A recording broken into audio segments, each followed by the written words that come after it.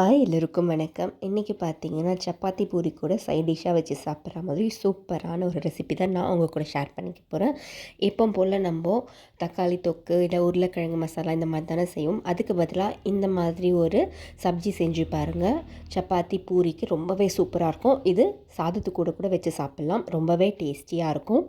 அதுக்கு பார்த்திங்கன்னா, முதல்ல நான் ஒரு 4-5 குடமிளகாய் எடுத்திருக்கேன். இது கூடவே ஒரு 1/2 கிலோ உருளைக்கிழங்கு, அதுக்கப்புறம் உரித்த பச்சை பட்டாணி எடுத்துக்கணும். இது எல்லாத்தையுமே பார்த்திங்கன்னா இந்த மாதிரி சின்ன சின்ன பீஸாக நம்ம கட் பண்ணி எடுத்துக்கலாம். குடமிளகா பார்த்திங்கன்னா நடுவில் இருக்க இந்த விதைகளெல்லாம் வந்து க்ளீன் பண்ணிவிட்டு சின்ன சின்ன பீஸாக கட் பண்ணி வச்சுக்க போகிறோம். இதுக்கு ஒரு 2 வெங்காயத்தை நல்லா சாப்பரில் போட்டு பொடியாக கட் பண்ணி வச்சாச்சு. இது கூடவே கொஞ்சமாக கொத்தமல்லி, ஒரு 4 பச்சை மிளகாவை நம்ம கீறி வச்சுருக்கோம். 2 தக்காளி எடுத்து வச்சுருக்கேன். இந்த தக்காளி பார்த்திங்கன்னா நம்ம அரைச்சிட்டு தான் சேர்க்க போகிறோம். அதனால் இதை கட் பண்ண வேண்டாம். இப்போ இதெல்லாமே நம்ம ரெடி பண்ணி வச்சுக்கலாம். உருளைக்கிழங்குமே இந்த மாதிரி மேலே நல்லா தோல் சீவிட்டு இந்த அளவுக்கு பீசஸாக கட் பண்ணி வச்சுக்கலாம். நம்ம இந்த உரிச்ச பச்சை பட்டாணியும் கொஞ்சம் தண்ணியில் போட்டு வச்சுக்கலாம். இப்போ இதெல்லாமே நம்ம ரெடி பண்ணி வச்சாச்சு. இப்போ இதுக்கு தேவையான மசாலாவை இப்போ நம்ம ரெடி பண்ணிக்க போகிறோம். இதுக்கு பார்த்திங்கன்னா 1 டீஸ்பூன் அளவுக்கு சோம்பு, சின்ன துண்டு பட்டை, ஒரு 4-5 கிராம்பு, ஒரே ஒரு விரிஞ்சி இலை சேர்த்துக்கலாம். ஒரு துண்டு அளவுக்கு இஞ்சி, ஒரு 5-6 பல் பூண்டு. இது எல்லாத்தையுமே நல்லா அரைச்சி எடுத்துக்கலாம். இப்போ ஒரு கடாய் வச்சிடலாம். இப்போ இதுக்கு தேவையான அளவுக்கு நம்ம எண்ணெய் சேர்த்துக்கலாம். இப்போ பார்த்திங்கன்னா நம்ம ஃபஸ்ட்டு இந்த உருளைக்கிழங்கை நம்ம ஃப்ரை பண்ணி எடுத்துக்க போகிறோம். அதனால் கொஞ்சம் கூட எண்ணெய் சேர்த்துக்கோங்க. இப்போ எண்ணெய் காயறதுக்குள்ளே இந்த மசாலாவை நம்ம அரைச்சி எடுத்துகிட்டு வந்துடலாம். இப்போ நம்ம நறுக்கி வச்சுருக்கேன் இந்த உருளைக்கிழங்கை நல்லா ஃப்ரை பண்ணிக்க போகிறோம். இந்த மாதிரி உருளைக்கிழங்கை ஃப்ரை பண்ணி சேர்க்கும் போது டேஸ்ட் வந்து ரொம்பவே நல்லாயிருக்கும். அதனால் இந்த மாதிரி ஃப்ரை பண்ணிக்கலாம். ஒரு 2-3 நிமிஷம் நல்லா ஃப்ரை பண்ணிக்கலாம். இப்போ இந்த தக்காளியுமே கட் பண்ணிவிட்டு நம்ம அரைச்சி வச்சுக்கலாம். இப்போ பார்த்திங்கன்னா நல்லா ஒரு 50% அளவுக்கு வெந்துருச்சு இந்த உருளைக்கிழங்கு. அந்த அளவுக்கு நம்ம ஃப்ரை பண்ணால் போதும். இப்போ எடுத்து தனியாக ஒரு தட்டில் வச்சுக்கலாம். இப்போ அதே கடாயில் இருக்க எண்ணெயில் கொஞ்சமாக சீரகம் போட்டு தாளிச்சிருங்க. கூடவே கொஞ்சம் கருவேப்பிலை, அதுக்கப்புறமா நம்ம நறுக்கி வச்சுருக்க இந்த வெங்காயத்தை சேர்த்துக்கலாம். வெங்காயம் பார்த்திங்கன்னா இந்த மாதிரி நல்லா பொடியாக நறுக்கிடுங்க. இல்லை சாப்பர் இருந்தால் சாப்பரில் போட்டு கட் பண்ணிவிடுங்க. இப்போ இது நல்லா வதக்கிக்கலாம். இந்த கிரேவி பார்த்திங்கன்னா ரொம்பவே டேஸ்டியாக இருக்கும், சூப்பராக இருக்கும் சப்பாத்தி பூரிக்கு சாப்பிடும் போது. அண்ட் ஹெல்த்தி கூட ரொம்ப. எல்லா வெஜிடபிள்ஸும் நம்ம சேர்த்துருக்கோம் இல்லையா, பார்க்கவுமே நல்லா கலர்ஃபுல்லாக இருக்கும். இப்போ நம்ம இந்த அரைச்சி வச்சுருக்க பேஸ்ட்ரியுமே இதில் சேர்த்துக்கலாம்.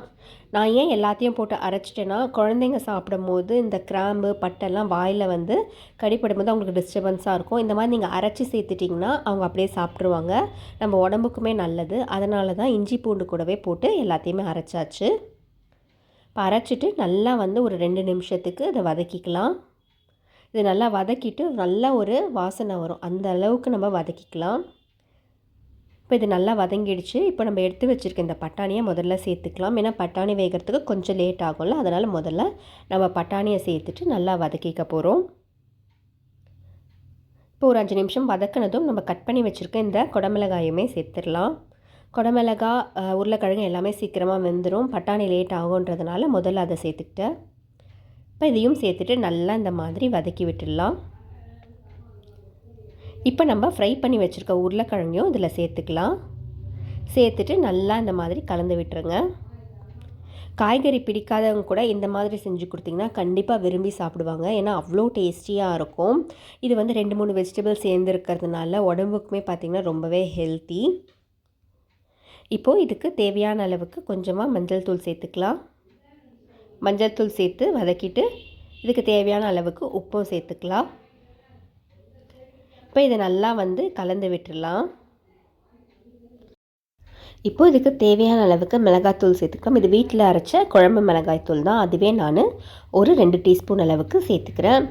சேர்த்துட்டு நல்லா வதக்கி விட்டுடலாம். இது கூட கலருக்காக கொஞ்சமாக வந்து காஷ்மீரி சில்லி பவுடர் சேர்த்துக்கலாம். அது கலர் நல்லாயிருக்கும். அதனால் ஒரு 1/4 டீஸ்பூன் அளவுக்கு இந்த காஷ்மீர் சில்லி பவுடர் சேர்த்துட்டு அதையுமே நல்லா ஒரு 2 நிமிஷத்துக்கு வதக்கிக்கலாம். நீங்கள் இது வந்து சாதத்துக்கு சாப்பிட்றதுன்னா நல்லா வந்து செமி கிரேவி மாதிரி பண்ணிக்கோங்க. நீங்கள் சப்பாத்தி பூரி அந்த மாதிரி சாப்பிட்றீங்கன்னா கொஞ்சம் கிரேவி மாதிரியே பண்ணிக்கலாம். இப்போ நம்ம அரைச்சி வச்சுருக்க இந்த தக்காளி விழுதியும் இதில் சேர்த்துக்கலாம். இந்த தக்காளியை சேர்த்துட்டு நல்லா கலந்து விட்டுறலாம். இது பார்த்திங்கன்னா டேஸ்ட் வந்து அவ்வளோ சூப்பராக இருக்கும். குழந்தைங்க கூட ரொம்பவே விரும்பி சாப்பிடுவாங்க. நம்ம எப்போவுமே யூஷுவலாக செய்கிற சைட் டிஷ் மாதிரி இல்லாமல் இது கொஞ்சம் டிஃப்ரெண்ட்டாக இருக்கும். அதனால் இது ஒரு வாட்டி நீங்கள் ட்ரை பண்ணி பாருங்கள். இப்போது இதில் கொஞ்சமாக கொத்தமல்லி, அதுக்கப்புறம் புதினா, இது வந்து ஆப்ஷனல் தான். இருந்தால் சேர்த்துக்கோங்க புதினா, இல்லைன்னா வேண்டாம். அதோடய ஃப்ளேவர் வந்து நல்லாயிருக்கும். அதனால் நான் சேர்த்துக்கிட்டேன். இப்போ அதையும் சேர்த்துட்டு நல்லா வதக்கி விட்டுடலாம். இப்போ இதுக்கு தேவையான அளவுக்கு தண்ணி ஊற்றிக்கலாம். இது பார்த்திங்கன்னா உங்களோட விருப்பம் தான். இது வந்து கொஞ்சம் செமி கிரேவியாக தான் நான் இன்றைக்கி பண்ண போகிறேன். அதனால் கொஞ்சமாக தண்ணி சேர்த்துக்கிறேன், 2 கப் அளவுக்கு. உங்களுக்கு இன்னும் திக்காக வேணும்னா கொஞ்சமாக தண்ணி சேர்த்துட்டு கொதிக்க வச்சுடுங்க. இப்போ இந்த அளவுக்கு இது இருக்கட்டும். இதை மூடி போட்டு நம்ம மூடி வச்சிடலாம். இப்போ காயெல்லாம் நல்லா வேகட்டும். இப்போ மூடி ஓப்பன் பண்ணி பாருங்கள், காயெல்லாம் நல்லா வெந்துட்டுருக்கும். இப்போ எண்ணெய் இந்த மாதிரி நல்லா பிரிஞ்சு வந்திருக்கு இல்லையா? இந்த ஸ்டேஜில் நமக்கு இந்த கிரேவி ரெடி ஆகிடுச்சின்னு அர்த்தம். உங்களுக்கு வேணும்னா இன்னும் கொஞ்சம் நேரம் விட்டிங்கன்னா இன்னும் திக்காக கூட ஆகிடும். இல்லை இந்த கன்சிஸ்டன்சி போதும்னா இதிலே ஸ்டவ் ஆஃப் பண்ணிடலாம். காய் மட்டும் வெந்துருச்சான்னு செக் பண்ணிக்கோங்க. இப்போ நம்ம ஃபஸ்ட்டு போட்டு இந்த பட்டாணி பார்த்திங்கன்னா நல்லா வெந்திருக்கு. உருளைக்கிழங்குமே நல்லா வெந்துருச்சு. இப்போ அவ்வளோதான், கிரேவி ரெடி ஆகிடுச்சு. நம்ம ஸ்டவ் ஆஃப் பண்ணிட வேண்டியது தான். இப்போ ஃபைனலாக கொஞ்சமாக கொத்தமல்லி தழை தூவிடுங்க. அதுக்கப்புறமா உங்கள்கிட்ட பட்டர் இருந்தால் கொஞ்சம் சேர்த்துக்கோங்க, நல்லாயிருக்கும் பட்டர் சேர்க்கும் போது.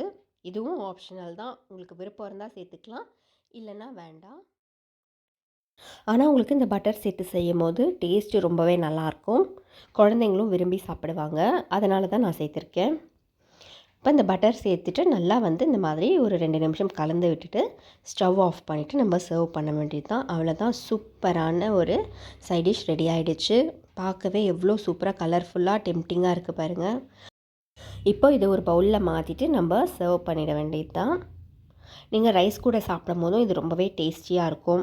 நீங்கள் வேணும்னா இட்லி தோசை கூட கூட சாப்பிட்லாம். ஆனால் கொஞ்சம் கிரேவியாக செஞ்சுக்கிட்டிங்கன்னா நல்லாயிருக்கும். இப்போ ஃபைனலாக கொஞ்சமாக பட்டரும் கொத்தமல்லியும் போட்டு நம்ம சர்வ் பண்ணிடலாம். இப்போ சூப்பரான நமக்கு இந்த கிரேவி ரெடி ஆகிடுச்சு. இப்போ நான் சப்பாத்தியும் போட்டுட்டு இது கூட வச்சு சாப்பிடும்போது ரொம்ப டேஸ்டியாக இருந்தது. நல்லா சுட சுட சப்பாத்தி கூட இதை வந்து வச்சு சாப்பிட்டு பாருங்கள், ரொம்ப நல்லாயிருக்கும். நீங்கள் இதை ஒரு வாட்டி வீட்டில் ட்ரை பண்ணி பார்த்துட்டு எப்படி இருந்ததுன்னு கண்டிப்பாக ஃபீட்பேக் சொல்லுங்கள். இதுக்கு எந்த வெஜிடபிள் வேணாலும் நீங்கள் சேர்த்துக்கலாம். இப்போ வீட்டில் இருந்த வெஜிடபிள்ஸ்ன்றதுனால நான் இது வரைக்கும் சேர்த்துக்கிறேன். நீங்கள் இது கூட எது வேணாலும் சேர்த்துக்கலாம். கேரட், பீன்ஸுன்னு எது வேணாலும் சேர்த்துக்கலாம். ரொம்பவே டேஸ்ட் நல்லாயிருக்கும். இப்போ அவ்வளோதான், சூப்பராக ரெடி ஆகிடுச்சு. இப்போ டேஸ்ட் பண்ணி பார்க்கலாம். சூப்பராக இருந்தது, அல்டிமேட்டாக இருந்தது இதோட டேஸ்ட்டு. கண்டிப்பாக குழந்தைங்களும் விரும்பி சாப்பிடுவாங்க நீங்கள் இந்த மாதிரி செஞ்சு கொடுத்தீங்கன்னா. இந்த வீடியோ உங்கள் எல்லாருக்கும் கண்டிப்பாக பிடிச்சிருக்கும்னு நினைக்கிறேன். இந்த வீடியோ பிடிச்சிருந்ததுன்னா ப்ளீஸ் மறக்காமல் லைக் பண்ணுங்கள், ஷேர் பண்ணுங்கள், கமெண்ட் பண்ணுங்கள், சப்ஸ்கிரைப் பண்ணிவிடுங்க. தேங்க்யூ.